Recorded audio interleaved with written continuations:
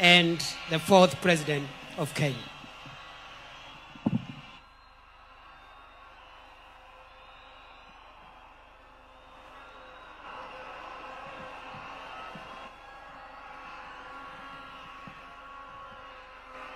Asanteni sana. Thank you. Asante sana. Mama wetu, Mama Aida Odinga na familia, Mheshimiwa Rais wa Jamhuri ya Kenya, Mheshimiwa William Samoei Ruto, na viongozi wote ambao wamefika hapa na waombolezaji wote, hamjambo nyote. Hamjambo tena. Asanteni sana. Yangu haitakuwa mengi kwa sababu ya masaa. Na vile mlijuavyo, I got my opportunity in Nyayo Stadium the day before yesterday to eulogize my friend and brother.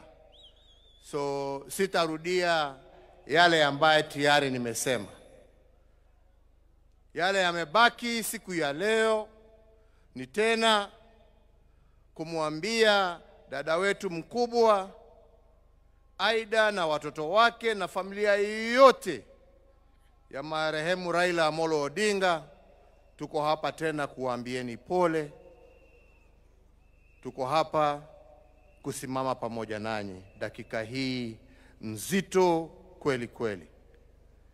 Ya pili, kwa wenzetu wa Bondo na Siaya kwa jumla, kusema asante.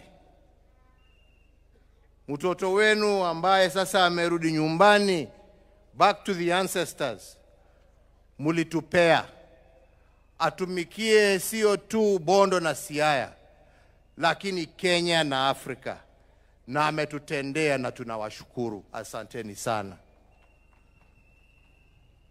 Ya tatu, rambi zangu na pole pia kwa wana ODM wote ambao wako hapa. Asanteni kwa kutupa kiongozi ambaye amesaidia kuunganisha hii nchi. Asanteni sana.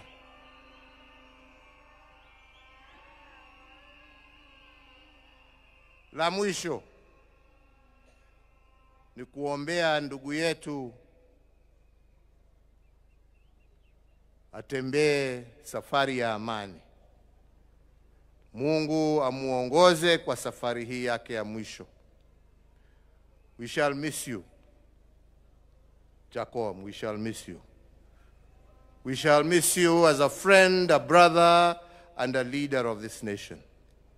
We shall miss your insights. We shall miss your thoughtfulness. We shall miss your wisdom. And we shall miss your laughter. Your deeds will live long, as I said, and we will remember, and I pray we remember those deeds in the actions that we shall live, emulating our friend and brother. So fare thee well, Honorable Raila Amolo Odinga. Fare thee well, my ndugu. Fare thee well, my friend. Mungu awabariki na walinde. Asante.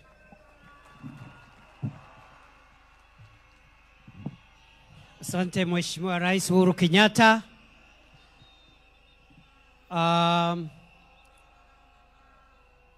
Before I call the next speaker, let me also acknowledge the condolences of Senator Moi, Gideon Moi. He has not been able to come here. He was at the airport with us when we were receiving the remains of our leader. Today,